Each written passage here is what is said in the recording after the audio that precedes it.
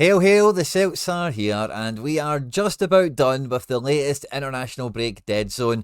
And normally, when we come into these periods, we're always crossing our fingers and toes, hoping guys don't get injured, the travel isn't too brutal on them, and they come back just as fit and firing and ready to go as when they left us. And it's not usual that we actually see players go away on international duty and have an overall positive experience or something that changes, a bit of their outlook, as it were. And Celtic's record signing this summer, Arne Engels, has been out and started 2 games in a row for Belgium, one of the top nations in European international football, picking up another 2 caps to add to the 4 he's already collected in his career since joining Celtic as well. Now, granted, the games weren't exactly a stellar performance from the Belgians, losing 1-0 to Italy and Israel in 2 matches that seen Arne Engels played in 2 different shapes and 2 different positions.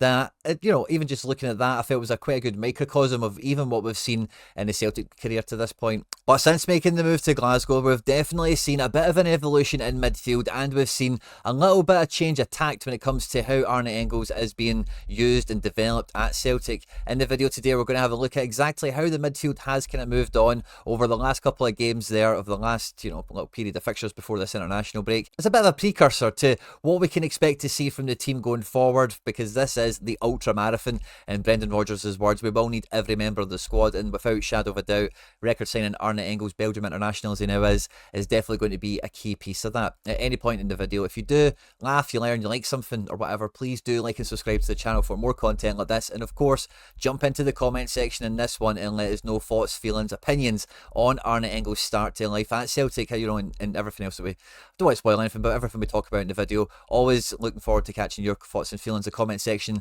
is always on fire. Love to see it. Hit the like button, of course, if you haven't done so already. And let's just get stuck straight into it. Because Arne Engels is a record signing that I think every Celtic fan is right behind. Everyone supports him. Everyone sees the potential that he certainly has. But he's not been a signing that's come in and absolutely blown everyone away and been, a real dominant force in all the matches that he's played. And he's played 14 games already in all competitions, registering 3 goals and 3 assists. And, over, the dramatic change in lifestyle and football environment and everything else that he's underwent over the last 6 months or so, it's been a lot for the big man to go through. And I think overall, the numbers, like goals, assists, his ratings here out of 100 based on all the kind of stuff that he can get up to in a football match, especially the sort of things you want to measure a player like Engels on, like passes into the final third, dual succession, interceptions, penalty area entry, shots on target, attempted assists, big chance created. These are the sort of things we want to see from this type of midfielder. And yeah, there's definitely been patches of success. There's definitely been a big workload on him fixture-wise. We've all heard Brendan Rodgers' comments, saying his former life at Augsburg, playing 1 game a week is a vacation for a Celtic player, and he's, on the international scene and midweeks for us in the Champions League, as well as domestically in the league and in the cup. Been essentially ever present since making his debut off the bench at home in the derby, of course. And I think, part of the thing that we've seen with Engels is he's been a little bit of a square peg in a round hole, for lack of a better term. And what I mean by that is in the initial period of, Engels at Celtic when he first joined in, really before the last international break, very common we would see the build-up play have us basically setting up the same as what we did when we had Matt O'Reilly, with pitching out our midfielders, one being Engels, the other one Hatate, very, very wide, basically on the touchline is almost wingers, allowing for a lot of space inside for the fullbacks to do the sort of stuff that they do, as well as some room for the wingers to kind of interplay and all the rest of it. But essentially we look to build up these sorts of triangles, and you can see from the heat map that we had against the Hearts game, it's just as a good example to show here, that this is essentially the whole area that Engels was roaming in. Yeah, sure, he was coming into these spots here to defend. He would pop up in the centre as well, I suppose, when the ball was on the left, again getting touches of the ball, maybe winning it back, that sort of thing, but very firmly on the right hand side and quite advanced on the midfield into attack. So although this is the formation, this is the tactics or whatever that the Celtic run out with, and you'll see in graphics and all the rest of it, what actually ends up happening for large periods of the match is we end up in much more of a dominant shape in the opposition's half more often than not, and we get lots of possession. We've got a fullback, whether it be Taylor or Valley, that can really roam around the pitch and go anywhere. McGregor, centrally, the kind of anchor, the metronome sort of player. Alistair Johnson and Kuhn have been quite typical on the right-hand side for what you expect for, wingers and fullbacks and all the rest of it. And Engels is kind of been forced, or not forced, but the obvious spaces for him to occupy are those kind of older O'Reilly spaces where he would be much, much higher, a bit more in that Kevin De Bruyne role, as it were, much more like we see Hatate in, where he's supporting the striker, the midfielder's almost being an attacker off the ball when the defence has it, but as a midfielder, and you do see them returning into midfield and even into defence when called upon. But with Hatate doing this up here, it's kind of overkill doing it with Engels, even against Hearts domestically. And again, this is not something that you'd be able to do in the Champions League. And it never really seemed to suit him too much. As much as that, like we've seen in the bigger games, and I'm not going to bring up Dortmund that often because I'm quite happy to quickly forget about it with the success we've had after that. But we've seen time and time again that McGregor isn't a standalone six. He's not a guy that can just sit in here and defensively protect the defence, as well as you would want. And one of the evolutions that we've seen over this last kind of furlong of the season between international windows, as it were, is a bit of development in Engels. If we look at the Aberdeen game, where there was the first match that we played after the last international window, Engels' heat map, again, still firmly has him over on this side of the pitch here, but there is much more of a presence, much more of an onus in this kind of area here off the ball whenever, Aberdeen did, get us into our own half and we had to build out from the back, as it were. He was coming into this area a lot more often, and we've seen that gave McGregor a nice little bit of freedom. And I actually think there's a solid case right now that this starting shape would be the strongest kind of combination of the three, as it were. But it feels like McGregor is like kind of like a force of nature, where he's just going to always end up in and around this area of the pitch anyway, just because it's beyond muscle memory at this point. I'd say it's more like a force of nature, so it's almost certainly going to be the case. So it feels like we're kind of been developing into the Aberdeen game, quickly followed on by the Atalanta game, where again you can see with the heat map it really backs this up, that he's dropping even deeper, he's staying even more centrally. And yes, he is still popping up here, he still has interplay to make with Johnson and Kuhn. They've built up a really good relationship on this side of the pitch between the three of them, and I do think it is one of our best working departments on the pitch, as it were, because he was in that kind of square peg in the round hole situation where he played like 4, 5, 6 matches in this position with those sorts of tactics. The synergy and the kind of link-up play that these guys have had to develop in that session, it's been like a crash course, and they've built up a real good, quite clear understanding already between the three of them. So we're still going to see him pop into these areas, and if he can make, great chances from these positions, because it is rather unusual to find centre mids so wide, then bring it on. That's fantastic. Against Motherwell, he didn't come on for as many minutes, but it was again quite clear to see that he was much more in a kind of central orbit, even if it was dropping into the defensive section as well. And again, we did have some different rotations and some different midfielders come into play, but seeing him similar to Trusty, when Trusty went over to the left side of defence, you just seen like, oh yeah, he's ready to really take that position and make it his own. And it feels like Engels has really developed over those games, especially to just be anchored a lot more centrally into the team. And against Dundee, we've probably seen this go a little bit further. Again, I think the heat map shows this really, really well, where he's not only just doing all this kind of developmental stuff in the centre of the pitch, really controlling the balance of play, being effective on both sides of the game, whether that's defending and winning the ball back in tight areas, one-touch pass, moving stuff quite quickly. Although he's not the finished article with some of that stuff, as I'm sure some of you guys will be hastening to add as I say that. But he is given a bit more freedom to actually just roam around and affect the ball where it's at, rather than being like pinned to a section of the pitch and being required to offer, a tactical kind of stretch of the opposition.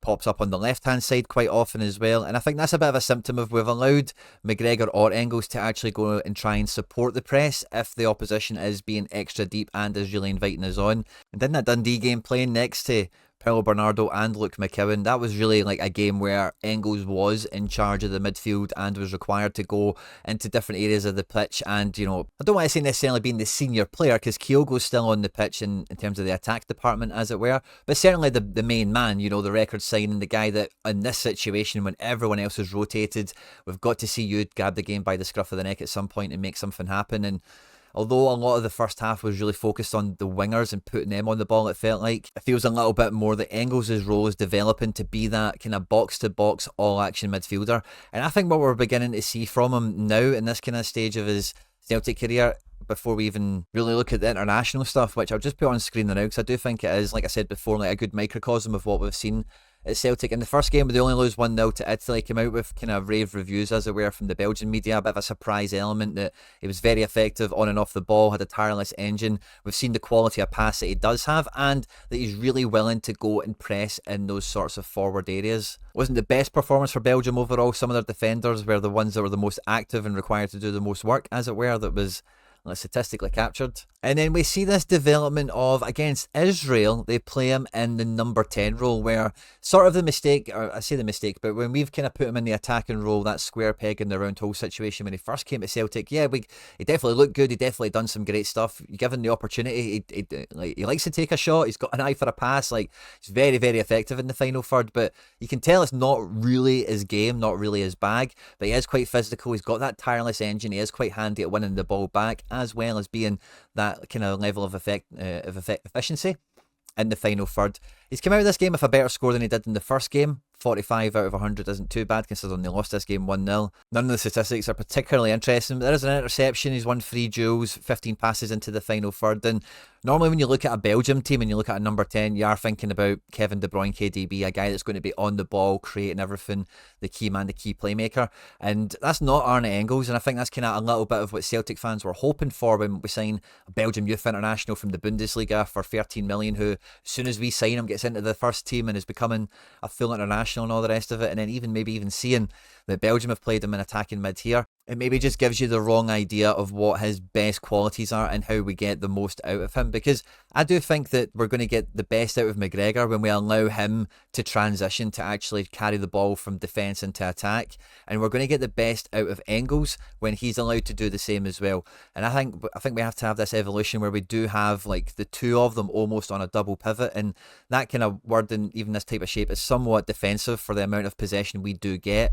but as long as one of them's in the engine room, as it were, it gives the other one absolute freedom, absolute license to go forth and cause havoc and create chaos and go on. And if we do have an inverted fullback that's maybe happy to sit in for a little minute, although he is normally, whether it is Valley or Taylor, quite an active player in the final third, then maybe you could have both of them going. Because what I kind of firmly categorise Engels as now, after seeing him for a good length of time and seeing like what the kind of international exposure we're looking at now as well, is he's an all-action midfielder. This is a guy that's not really got one dominant strength over the other. This is a guy that's really happy in the defensive third with all the sort of technical stuff that you would expect, like, and we see from McGregor, Bernardo, and some of these other players. Hatate's very good at it, dealing with the ball in tight spaces, making tough decisions really quickly, doing the best thing by the team, and if they do get into more creative, more attacking positions, you know, they've got that eye for a killer pass, they can break the lines, they can play the ball down the channel. But having that tireless engine and having that ability to go and win the ball back is a very attractive attribute to have in modern football for a box-to-box midfielder, especially one that can actually live in the final third a little bit more comfortably. You know, the sort of archetype players are actually Scottish ones, the ones that spring to my mind at the moment, guys like John McGinn, Scott McTominay. When you've seen them be really effective in the final third, they're not like maestro attacking midfielders, you know, but they're disruptors. They win the ball back, they're always in the right place at the right time, they do the best thing by the team, they've got a tireless engine, and you know, when the ball isn't in the final third, they come all the way back and defend, you know. So I think he's a great player in the making. I think we've seen some great things from him already. I had a look back at it. This time last year, Lewis Palma had 5 goals and 5 assists. Arne Engels has got 3 and 3. And Lewis Palma never convinced me, to be honest with you, as many of you guys will know on the channel that have been here for that length of time. Everyone was loving Palma, and I don't think Engels' numbers are that different ultimately, but I think some of the stuff we spoke about in the video is a little bit why, like, maybe people are, I don't know if I want to say undecided, but just not that high, not that super excited about him, because he isn't like overly grabbing the game by the scruff of the neck just yet, but he's went through a lot of development. We've actually played him in a few different positions. He's had a few different roles in a lot of different games. He's had to play with a lot of different midfield partners, and he's had to play way more games than before, and he's travelled more in the last 6 months than I dare say he ever has in his entire life before that, you know. So I think the kid's doing really well considering all the turbulence that's going around it. The team, him, not in a negative way, because it's onwards and upwards. We're doing very well in the Champions League. We're going from strength to strength domestically as well. But, you know, they are real people, and these things do kind of, you know, do rock with you a little bit. And I do think after coming off of starting 2 games in a row for Belgium, he's going to be coming back to Glasgow, and, you know, he's going to be walking a little bit taller, isn't he? His shoulders are going to be back. He's going to be feeling a bit more like that top-end Champions League player that we all believe he's going to become, and we're going to see at Celtic. We're 4 games into the competition already, sitting nice and pretty to qualify into at least the playoff round, and then maybe, you know, there's some other stuff we'll talk about, and probably what you'll see is the next video on the channel. But I think Engels' role and maximising that not only is going to help us get more out of McGregor, and then really it's probably going to be Hatate, but anyone else who would ever come into the midfield, I think is only going to benefit as a result, because it feels like Engels is really coming into his own, coming into his identity as a top end player, as it were, focusing on what makes him him. And the better the team, the manager get an understanding of that, the better the results are going to be. And I think the numbers, as it were, are going to quickly follow from here on in, because we are doing so well right now. And when you look at any of the best 11 here, there's so many of them you can look at and go, they've got more to give. And when you think about how much more they could be given and what that could mean for us, Arne Engels is definitely one of the most exciting players, if not the most exciting player that we've got in the squad. Nicholas Kuhn, you could say, is maybe operating at max revs, and it's about like keeping him going at the rate that he's going at, whereas Engels, let's say, he's the top contender with everyone else. Because I think Alistair Johnson, Kuhn, Schmeichel, you could not ask for one lick more out of them, I don't think. But everyone else has maybe something to be gained, or something else to be brought to the table, which will in turn make us a lot better and a lot stronger. Anyway, that should be the end of the video by now. I'm just babbling at this point. On screen now, some other stuff that we've made that YouTube thinks you might enjoy. Don't forget to hit the subscribe button for more content like this. Hit the like button if you enjoyed the video, of course, and I'll see you in the comment section. Hail, hail!